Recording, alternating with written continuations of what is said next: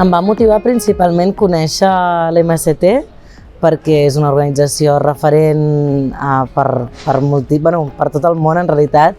i doncs el poder contactar i poder estar allà, passar aquests dies coneixent-los va ser la principal motivació. Vaig escollir les brigades per la relació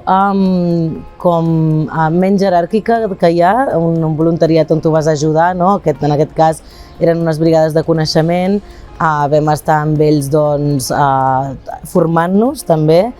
i per tant aquesta relació també de solidaritat internacional i de conèixer les lluites d'altres espais. Es van superar les expectatives perquè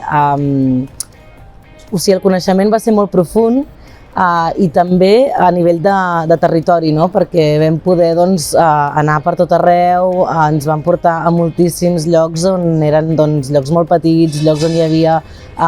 projectes molt interessants i que vam poder conèixer. No vam anar a les ciutats principals, sinó que vam estar recorrent moltíssim. El que més em va sorprendre és la capacitat organitzativa de l'MST, perquè fa moltíssims anys que estan organitzats, ja són generacions de persones que han ocupat terres, que han viscut en aquest model, i la seva capacitat organitzativa i de persistència. Jo crec que la brigadista ha de ser curiosa i ha d'estar molt oberta i molt respectuosa, perquè el que tu vas a conèixer és una experiència que va molt més enllà del que tu puguis veure aquells dies, i per tant has d'anar amb la mirada molt oberta i molt tranquil·la. Recomanaria participar en una brigada perquè és una experiència que al final t'ensenya moltíssim